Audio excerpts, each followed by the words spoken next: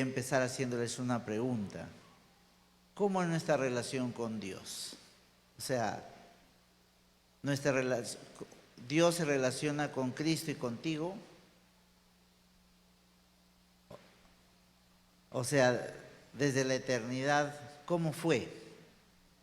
Porque Él es el principio y Él es el fin. Y la Biblia dice que Dios no cambia.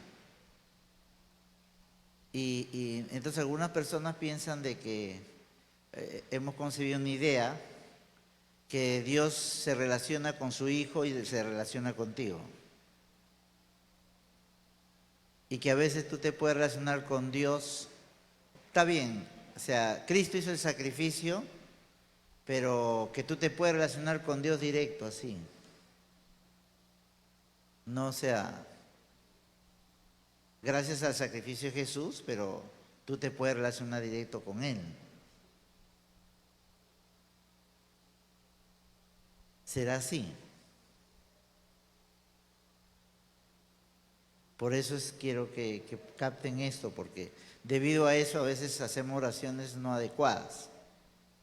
Y también vemos la palabra de una manera diferente. ¿No? Cuando uno ve, por decir, cuando Dios puso a Adán en el huerto del Edén, ¿se relacionó con Adán y con cada persona? ¿O toda persona que descendía de Adán estaba en Adán?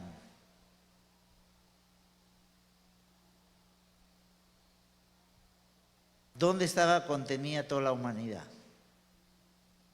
En Adán. O sea, Dios cuando hace, por decir, ve a la humanidad, ve a Adán y te ve a ti.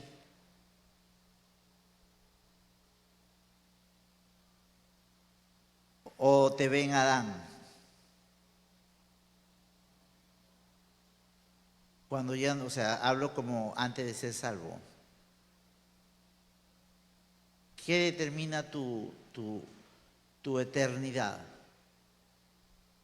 El que seas un ciudadano del año 2022, que haya nacido en 1968, que tu papá sea fulano y tal, ¿qué determina qué te coloca en la condenación? Lo que tú haces hoy cuando naciste, después que los hábitos que desarrollaste, ¿eso te condena en condenación o te condena por estar en Adán? ¿Ah?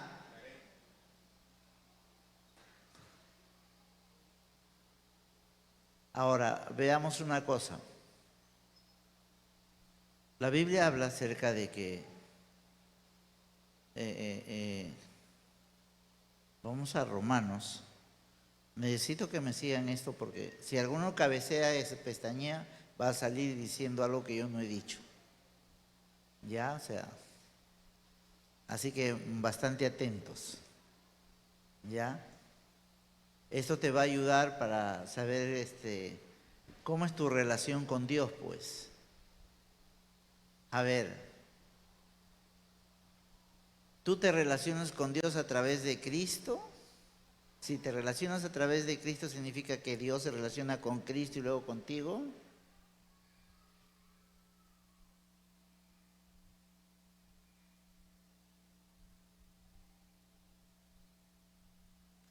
Porque si se relaciona con Cristo y después se relaciona contigo, hay un problema ahí. Porque Cristo es perfecto y tú eres imperfecto.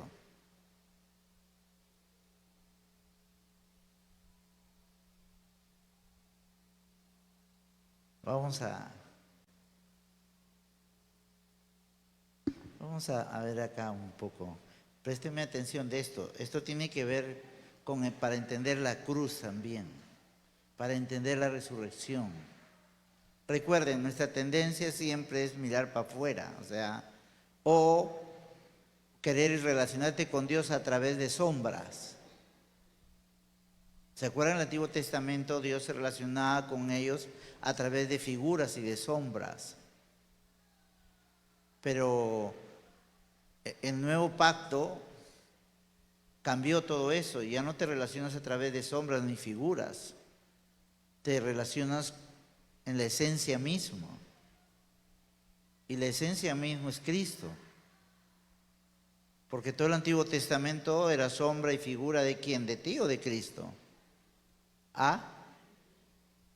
De Cristo. ¿Por qué tuvo que venir Cristo? Entonces, lo que pasa es que nosotros estamos acostumbrados a relacionarnos con la sombra y no con Cristo, no con la esencia. ¿Por qué? Mire, si tú te casas con una persona y entras en una relación de pacto con esa persona, dice que las dos personas, ya no son dos, son uno, ¿verdad? Al principio eran uno, no eran dos, eran uno. En el huerto del Edén, cuando Dios sopló aliento de vida, sopló vidas, ¿dónde estaba ella? En Él. Siempre fue uno, ¿no es cierto? Entonces, ¿quién representaba a toda la humanidad? Él. Porque no cayó la humanidad cuando ella pecó. Cayó la humanidad cuando Él pecó. Entonces Dios, ella, ¿por qué Dios no le hizo responsable a ella? Porque ella siempre estuvo en Él. O cuando ella cayó, cuando ella comió del fruto, todo se cayó. No.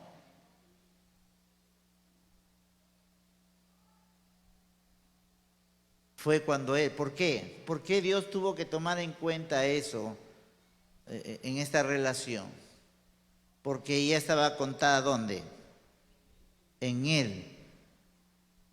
¿No es cierto? La confusión de ella es cuando ella quiso liberarse de Él y quiso tratar un asunto por cuenta propia ella, ¿sí o no? Ahora escucha acá.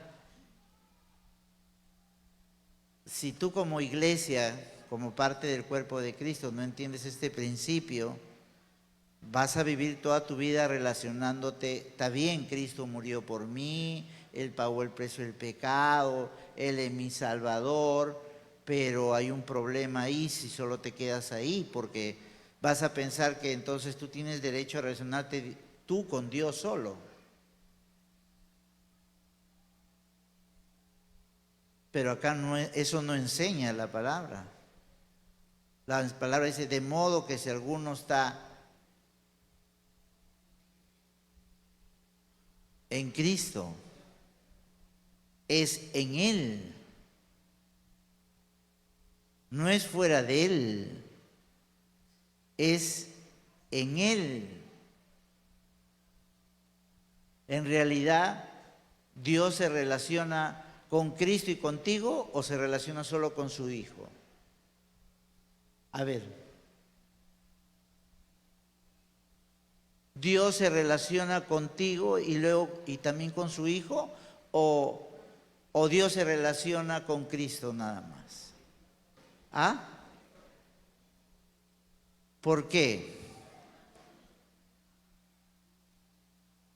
Si Él siempre se relacionó con el Hijo y Él viene y hace una obra de redención acá, ¿para qué lo hizo? ¿Por Él mismo? ¿Por nosotros? ¿Para que tú vivas y te relaciones directamente con Dios? ¿O para que tú seas incluido en la relación que tiene el Padre y el Hijo? Ahora escúcheme acá. Tenemos que comer un poco de alimento un poco ya más sólido. Yo les comienzo a enseñar estas cosas porque ustedes vienen para acá, les voy enseñando, les doy un poquito de lechecita, leche, pero tienen que ir comiendo alimento un poquito más sólido. Mira, y te vas a dar cuenta que a causa de eso oramos mal. Nos imaginamos a Dios de una manera no correcta, tenemos una imagen de Él no correcta. Por decir, si tú te relacionas con una persona, te comienzas una relación de amistad con una persona a través de virtuales, ella es de otro país o él es de otro país, nunca has estado cerca con la persona. Ves su rostro, sus características, edad que tiene y todo, recibes información. Y entonces, mientras estés así, tú te puedes imaginar cómo es la persona y lo imaginas como a ti te gustaría que sea. ¿Te das cuenta? O sea, como está en sombra y en figura todavía, no está en esencia, entonces es más cómoda esa relación porque te la idealizas como a ti te gustaría que sea. Pues si a ti te gustan las ensaladas, tienes el lujo de idealizarte porque no la tienes cerca a la persona, no escoge, no come contigo, pero te has vinculado. Entonces tú te puedes dar el lujo de idealizarla, que a la persona también le gusta la ensalada. A ti te gusta levantarte a las 5 de la mañana, hacer tus cosas. Entonces, como no la tienes a la persona, solamente la tienes en figura o en sombra, la tienes virtualmente, tú te haces a la persona, te la haces como a la persona como si que también se le gustara levantar contigo a las 5 de la mañana. A ti te gusta ser una persona aseada, ordenada, y entonces como no la tienes en esencia, sino la tienes virtualmente, tú te la haces a ella, a esa persona, como a ti te gusta. Ahora llegue el día que sales de la sombra, pues, sales de la virtualidad, sales de lo virtual. Ahora viene ella en persona viene, ¿no es cierto? Viene en persona y viene para acá, viene en persona. Entonces ahora ya no es más virtual, ya no es información, ahora es en directo. La espera en el aeropuerto. Usted sabe que aún las fotografías, las grabaciones, no son de algo preciso. Por decir, ninguno de ustedes ha visto su rostro exactamente como es. Ninguno ve su propio rostro. Ninguno ve su propio rostro. No, tú dices, yo veo mi espejo. El espejo no es un reflejo, pero no es algo exacto. Y depende del espejo. Porque el espejo puede alargarte la figura, puede ancharte. Las cámaras también, depende cómo las coloques, cómo enfocas, te saca gordo, carón, cabezón. Pueden hacer un chato que se vea, si tú pones la cámara así, que se vea más largo. ¿O no? ¿Se da cuenta? Entonces, tú no has visto, jamás, ninguno de nosotros ha visto su propio rostro. Tú ves el reflejo de un rostro, pero no es tan preciso. El que vive al lado tuyo sí. Él sí te ve, pero él no se ve a sí mismo tampoco, o sea, pero tú sí le ves la cara a esta. Tú estás relacionándote no con una figura, con un reflejo, sino con la esencia misma. ¿Están con esto, no? Ok.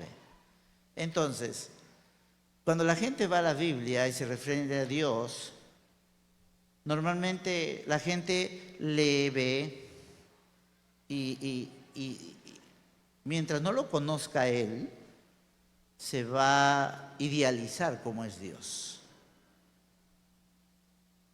Así como este hombre que se relacionó por medios virtuales con una pareja, por decirte, ¿no? Luego viene la persona y en la fotografía tú la veías más o menos como era, ¿no? Está bonito, dice, pero cuando viene resulta que tiene una curva en la nariz y a ti no te gustan las curvas en la nariz. Hay gente que es así de las orejas las cubría bien, pero ahora son 2 payares grandes ahí. Entonces, ¿no es cierto? Medio que comienzas ya no estás con la sombra, ahora estás con la esencia. Ese es por un lado, la envoltura. Por otro lado, Mientras tú no vivías con esa persona, ponte, tú te levantas a las 5 de la mañana, 6 para organizar tu día, esa persona le gusta dormir a las 10 de la mañana. Ahora tú no te estás relacionando con algo que te has idealizado. Ahora tú estás con la esencia misma, con la persona.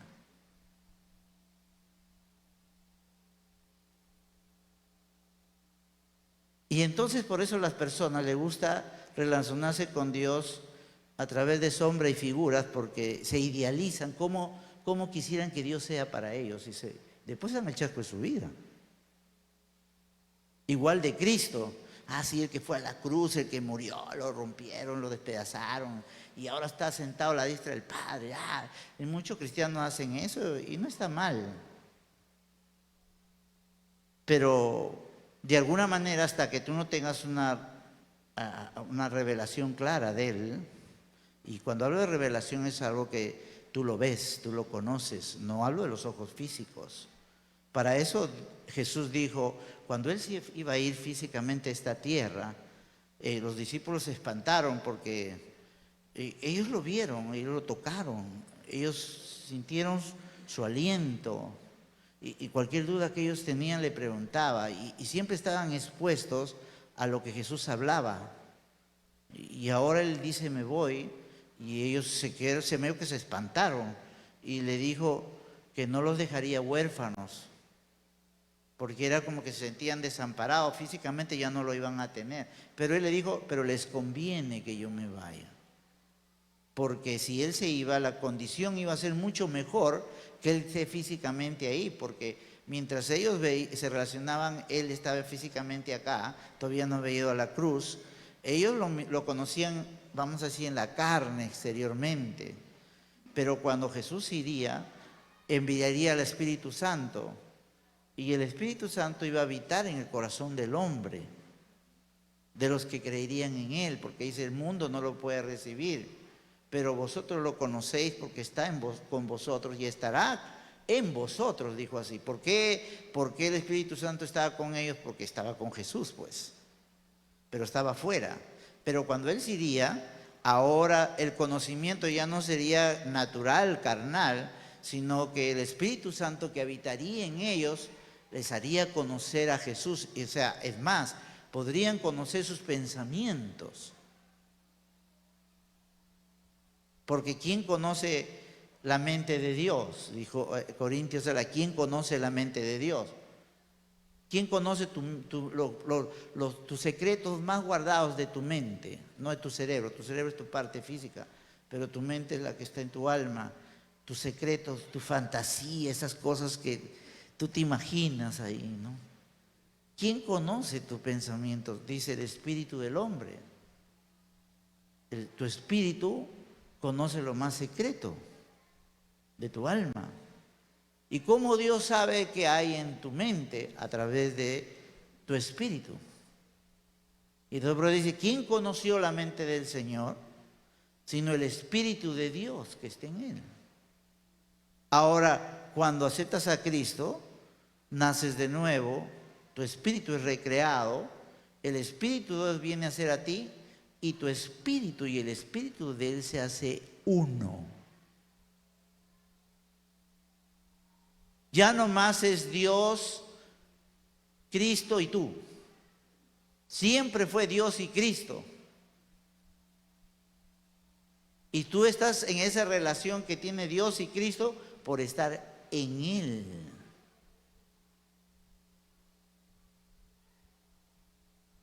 Porque dice, el que no escatimó ni a su propio Hijo, ¿cómo no nos dará con Él? ¿Qué dice?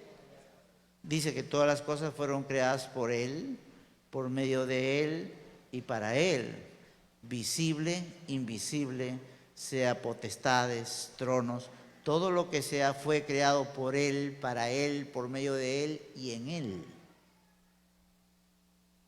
Entonces, cuando Él viene, ¿de dónde te sacó Adán? Adán te sacó de estar en Él.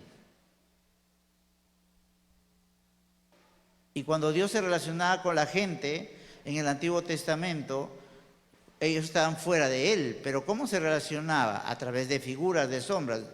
Dios se relacionaba a través del Redentor que iba a venir, pero había un pueblo. Por eso que ellos hacían esos sacrificios, ¿se acuerdan? Pero todo eso era sombra de Cristo. Todo eso apuntaba a que Dios iba a regresar al propósito eterno que siempre tuvo para con el ser humano.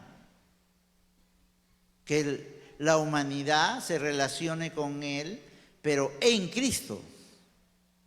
O sea, que el hombre sea incluido en la relación que tiene Dios, el Padre y Cristo. No que el hombre se relacione Cristo y luego con el hombre. No, nunca fue así. Y Dios no te redimió y te salvó para que Dios se relacione con el Hijo y luego contigo. No. Porque dice, si no escatimó a su propio Hijo, ¿por qué tenía que venir el Hijo? En el Hijo está todo. Está la vida, está la redención, está la justicia, está la santidad. Está todo en Él. En Él sostenía todas las cosas. Él es el dueño de todo. En Él está la vida. En Él está la salud de tu cuerpo. En Él está tu destino.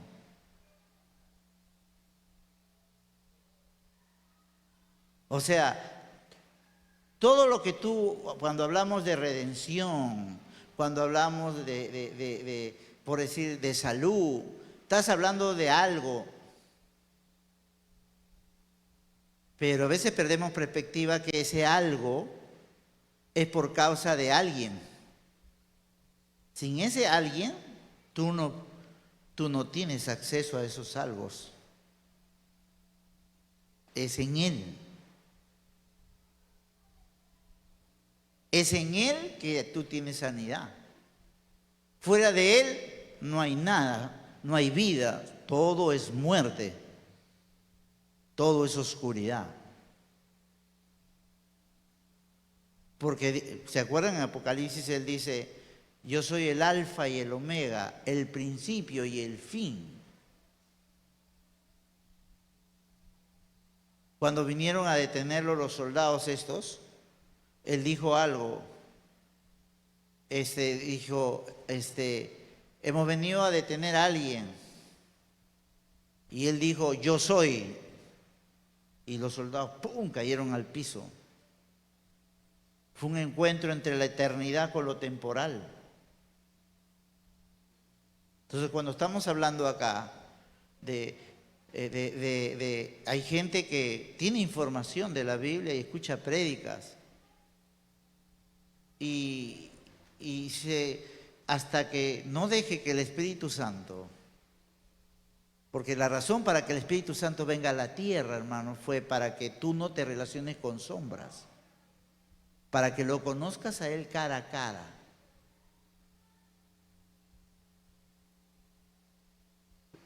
La mayor confusión de la gente acerca de Dios ha sido por causa de la Biblia. Porque toman la Biblia y de una forma antojadiza hacen que diga lo que ellos quieren. Pero este libro es un libro común y ordinario sin el Espíritu Santo.